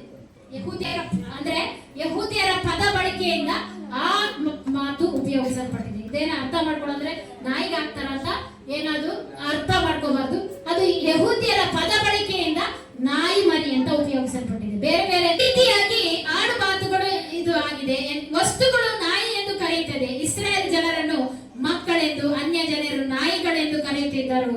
ಯೇಸು ಆಕೆಯನ್ನು ಅಶುದ್ಧಳಾಗಿ, ಕೆಟ್ಟವಳಾಗಿ ನೋಡಲಿಲ್ಲ. ನಾಯಿ ಮರಿಗಳೆಂದರೆ ಗ್ರೀಕ್ ಕುರಿಮ್, ಅಂದ್ರೆ ಸೊಲೊಮೋನನ ಅರಸನಾಗಬೇಕು, ನಿಜವಾಗಿ ಅವನೇ ನನ್ನ ಸಿಂಹಾಸನದ ಮೇಲೆ ಕೂತುಕೊಳ್ಳಬೇಕು ಎಂಬುದಾಗಿ ಹೇಳಿದನಲ್ಲ. ಅಲ್ಲಿ ದೇವರ ವಾಕ್ಯ ಏನ್ ಹೇಳುತ್ತೆ ಅಂದ್ರೆ, ತಿಸ್ಬಿಯನಾದ ಎಲಿಯನ ಜೀವಿತದಲ್ಲಿ ಮಾಡಿದ ಅದ್ಭುತಗಳ ಕುರಿತು ನಾವು ನೋಡ್ತೇವೆ. ಮತ್ತಾಯನ ಬರೆದ ಸುವಾರ್ತೆ 15ನೇ ಅಧ್ಯಾಯ 22ನೇ ವಚನ ಒಂದೇ ಒಂದು ಓದಿ ನಾನು ಮುಗಿಸ್ತೇನೆ, ಟೈಮ್ ಆಗುತ್ತೆ.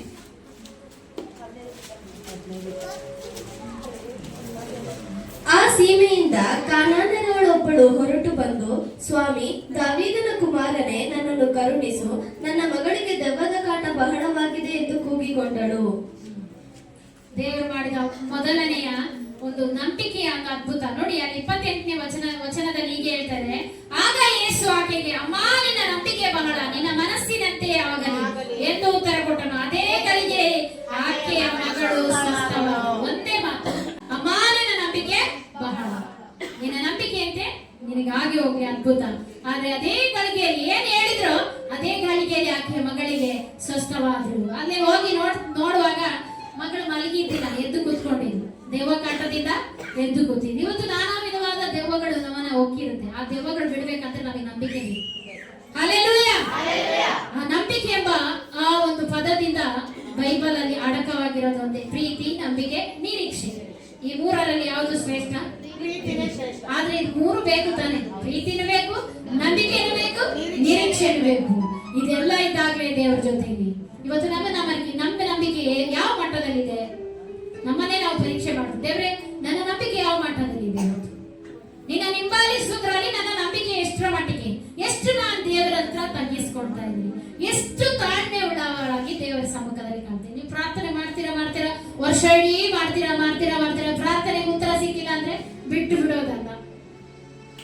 ಆ ರೀತಿ ಆ ಕಾನಾನ್ಯ ಸ್ತ್ರೀಯರು ಮಾಡ್ಲಿಲ್ಲ, ಹಿಂಬಾಲಿಸೋದನ್ನ ಬಿಡ್ಲೇ ಇಲ್ಲ. ಒಂದು ವರಕ್ಕೆ ಕೇಳ್ತೀರಾ ಅಂತ ಇಟ್ಕೊಂಡು, ವರ ಯಾವ್ದೋ ಒಂದು ವರ ಬೇಕು ಅಥವಾ ಯಾವ್ದೋ ಒಂದು ಅಭಿಷೇಕಕ್ಕಾಗಿ ಪ್ರಾರ್ಥನೆ, 4 ದಿನ ಪ್ರಾರ್ಥನೆ ಮಾಡಿ 4 ದಿನ ಬಿಟ್ಟು ಬಿಟ್ರೆ ಕೊಡ್ತಾರ? ಕಾನಾನ್ಯ ಸ್ತ್ರೀ ಏನ್ ಮಾಡಿದ್ರು? ಬಿಡ್ಲೇ ಇಲ್ಲ. ಅದ್ಭುತ ಮಾಡುವವರೆಗೂ ಬಿಡ್ಲೇ ಇಲ್ಲ. ಆ ತರ ಹಿಂಬಾಲ ಅಂದ್ರೆ ಕೊಡುವವರೆಗೂ ಬಿಡಬಾರ್ದು. ಯಾರು ಕೊಡುವವರೆಗೂ? ಏಸಪ್ಪ ಕೊಡುವವರೆಗೂ ಬಿಡಬಾರ್ದು. ಹೇಳಿದ ನನ್ನ ಮೇಲೆ ಕೊಟ್ಟೆ ಕೊಡ್ತಾರೆ, ಹೇಳಿದ ಮಾತನ್ನ ನೆರವೇರಿಸ್ತಾರೆ. ಮನುಷ್ಯರಾಗಿ 2 ಮಾತಿನವನಲ್ಲ ನನ್ನ ದೇವರು, ಮಾತಿನಲ್ಲಿ ನಂಬಿಗಸ್ತನು. ನಾವು ಅಪನಂಬಿಗಸ್ತರು. ದೇವರು ಏನಾಗಿದ್ದಾನೆ? ದೇವರ ನಂಬಿಗಸ್ತನೇ ಆಗಿದ್ದಾನೆ. ನಾವು ಅಪನಂಬಿಗಸ್ತರು. ಆಗಾಗ ನಂಬಿಕೆ ಒಂದೊಂದ್ಸರಿ ಅಳಗಾಡ್ತಾ ಇರ್ತಾರೆ. ಒಂದ್ಸಲ ಕೊಟ್ಟಾಗ ಒಂದ್ಸಲ, ಕೊಡ್ದಿದ್ದಾಗ ಒಂದ್ಸಲ, ಏನಾದ್ರೂ ಬಂದಾಗ ಫುಲ್ಲು ನಂಬಿಕೆ ಮುಖ್ಯ ಆಗುತ್ತೆ ಬೆಲ್ಲುನ್ ತರ. ಆಮೇಲೆ ಕೊಡ್ದಿದ್ದಾಗ ಸ್ವಲ್ಪ ಆ ತರ ನಂಬಿಕೆ ನಮ್ಮದೇ. ದೇವರಲ್ಲ, ನೀನ್ ಕೊಟ್ರು ಕೊಡದೇ ಇದ್ರು ಒಂದೇ ನಂಬಿಕೆ ದೇವರು ಬಯಸ್ತಾನೆ. ನಿನ್ನ ಮನಸ್ಸಿದ್ರೆ ಸ್ವಸ್ಥ ಮಾಡು ಅಂತ ಹೇಳ್ದ ಕುಷ್ಠರೋಗಿ. ನಿನಗೆ ಮನಸ್ಸಿದ್ಯಾ ದೇವ್ರ ಹತ್ರ ಬಂದು ಬೇಡಕ್ಕೆ ಮನಸ್ಸಿದ್ರೆ ದೇವ್ರ ಹತ್ರ ಬಾ. ಬೇಡಕ್ಕೆ ಮನಸ್ಸಿದ್ರೆ ದೇವ್ರ ನಿನ್ನ ಜೀವಿತದಲ್ಲಿ ಅದ್ಭುತ ಮಾಡ್ತಾನೆ.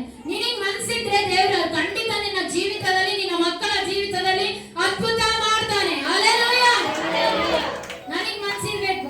ನಾನು ಹೊಂದ್ಕೊಳ್ಳೋಳಿಗೆ ಮನಸ್ಸಿಲ್ಲ ಅಂದ್ರೆ ನಾನು ಏನ್ ಮಾಡಿ ಅನ್ಸುಗ? ಪ್ರಾರ್ಥನೆ ಮಾಡಿ ಅನ್ಸುಗ, ಅಗ್ಗಲ್ ಮಾಡಿ ಏನೋ ಎಷ್ಟು ಉಪವಾಸ ಇದ್ರು ಮನಸ್ಸೇ ಇಲ್ಲ ಅಂದ್ರೆ ದೇವ್ರ ಜೊತೆ ಗುದ್ದಾಡಿ ಏನು ಪ್ರಯೋಜನ ಇಲ್ಲ.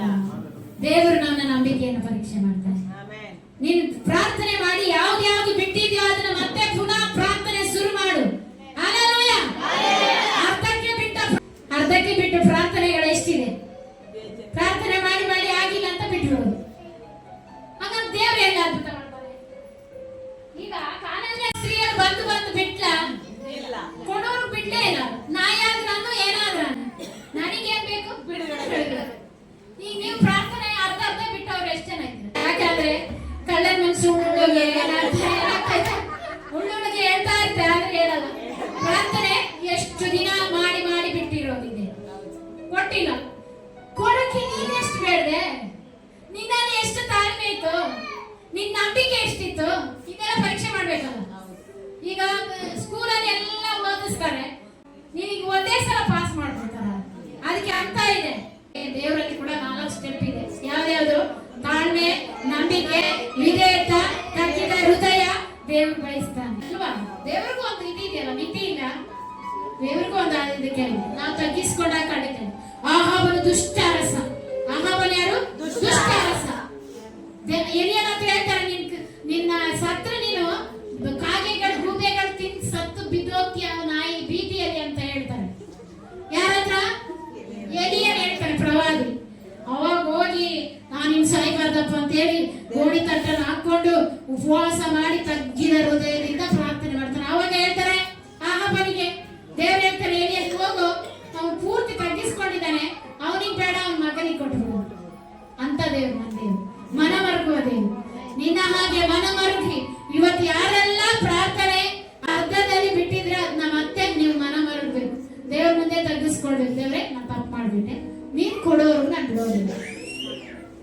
ಅನನ್ಯ ಸ್ತ್ರೀಯಲ್ಲಿ ಯಾವ ರೀತಿ ಹಿಂಬಾಲಿಸ್ಕೊಂಡು ಕೊನೆಯವರೆಗೂ ಬಿಡ್ಲಿಲ್ವೋ, ನಾನು ಕೂಡ ಇವತ್ತು ಬಿಡೋದಿಲ್ಲ. ನಿನ್ನ ನಂಬಿಕೆಯನ್ನು ಹೆಚ್ಚಿಸ್ಕೊ, ನಿನ್ನಲ್ಲಿ ತಾಳ್ಮೆ ಬರಲಿ, ನಿನ್ನ ವಿಧೇಯತೆಯನ್ನು ದೇವರ ಮುಂದೆ ತೋರಿಸು, ನೀನ್ ತಗ್ಗಿದ ಹೃದಯದಿಂದ ದೇವರ ಬಳಿಗೆ ಬಾ. ದೇವರು ನಿನಗೆ ಆ ಕಾರ್ಯವನ್ನ ಮಾಡ್ತಾನೆ. ಎಲ್ಲಿ ಆ ಅರ್ಥದಲ್ಲಿ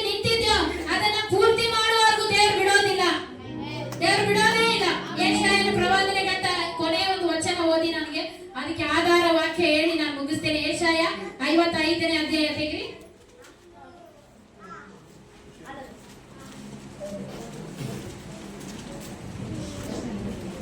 ಗೊತ್ತಾ? 11ನೇ ವಚನ ಓದ್ರಿ. ನನ್ನ ಬಾಯಿಂದ ಹೊರಟ ಮಾತು ನನ್ನ ಇಷ್ಟಾರ್ಥವನ್ನು ನೆರವೇರಿಸಿ ನಾನು ಉದ್ದೇಶಿಸಿದ್ದನ್ನು ಕೈಗೂಡಿಸಿದ ಹೊರತು ನನ್ನ ಕಡೆಗೆ ವ್ಯರ್ಥವಾಗಿ ಹಿಂದಿರುಗುವುದಿಲ್ಲ. ದೇವ್ರ ಬಾಯಿಂದ ಬಂದಿದೆ, ಇಷ್ಟಾರ್ಥವನ್ನ ನೆರವೇರಿಸ್ತಾರೆ. ಯಾರ ಇಷ್ಟಾರ್ಥ? ನಮ್ಮ ಇಷ್ಟಾರ್ಥ. ಹಿಂದಿರುಗಿ ಹೋಗಲ್ಲ ಅಂತ ಮಾತು ಕೊಟ್ಟಿದ್ದಾರೆ. ಅಂದಮೇಲೆ ಇವತ್ತು ಯಾರ್ಯಾರು ಪ್ರಾರ್ಥನೆ ಏನೇನ್ ಬೇಡಿದಿರೋ ಅರ್ಧದಲ್ಲಿ ಅವರೆಲ್ಲರಿಗೂ ಎಲ್ಲರ ಕಣ್ಣು ಮುಚ್ಚಿ ಆ ಕೈಗಳನ್ನ ಎತ್ತಿದ್ರೆ ಪರಲೋಕದ ನನ್ನ ತಂದೆ ಅದನ್ನು ನೋಡ್ತಾ ಇದ್ದಾರೆ. ನಿಮ್ಮ ಕೈ ಅರ್ಧ ಪ್ರಾರ್ಥನೆ ಮಾಡಿ ಬಿಟ್ಟಂತ ಆ ಪ್ರಾರ್ಥನೆ ಮನವಿಗಳನ್ನ ದೇವರ ಕರಗಳಲ್ಲಿ ಒಪ್ಪಿಸಿಕೊಡ್ರಿ. ಕೈಗಳನ್ನ ಪರಲೋಕದ ಕಡೆಗೆ ಎತ್ತಿರಿ. ದೇವರೇ, ನನ್ನ ತಪ್ಪುಗಳನ್ನ ನೀನು ಮನ್ನಿಸು. ನಾನು ಬೇಡಿ ಸಾಕಾಗಿ ಬಿಟ್ಟಂತ ಪ್ರಾರ್ಥನೆಯನ್ನ ಮತ್ತೆ ದೇವರೇ ನಿನ್ನ ಪಾದಕ್ಕೆ ತರ್ತಾ ಇದ್ದೇನೆ. ದೇವರೇ, ಅದನ್ನ ನೆರವೇರಿಸಲು ನೀನು ಒಬ್ಬನೇ ಶಕ್ತನು. ಕಾನಾನ್ಯ ಸ್ತ್ರೀಯನಿಗೆ ಮಾಡಿದ ಅದ್ಭುತ ನನ್ನ ಜೀವಿತದಲ್ಲೂ ಕೂಡ ನೀನು ಮಾಡಿ ಎಂಬುದಾಗಿ ಪ್ರಾರ್ಥನೆ ಮಾಡ್ರಿ. ದೇವ್ರ ನೀವು ಪ್ರಾರ್ಥನೆ ಯಾವ್ದಾವ್ದು ಬಿಟ್ಟು ಪ್ರಾರ್ಥನೆ ಮಾಡಿದಿರೋ ಆ ಪ್ರಾರ್ಥನೆಗಳನ್ನ ಬಿಡದೆ ಹಿಂಬಾಲಿಸಿ, ಯೇಸುವನ್ನು ಬಿಡದೆ ಹಿಂಬಾಲಿಸಿ. ಆತನು ನಿನ್ನ ನಂಬಿಕೆಯನ್ನ ಗಮನಿಸ್ತಾನೆ. ನಿನ್ನ ನಂಬಿಕೆ ಏನಾಗಿದೆ? ಆ ನಂಬಿಕೆ ದೊಡ್ಡದು. ಯೇಸುವಿನ ನಾಮದಲ್ಲಿ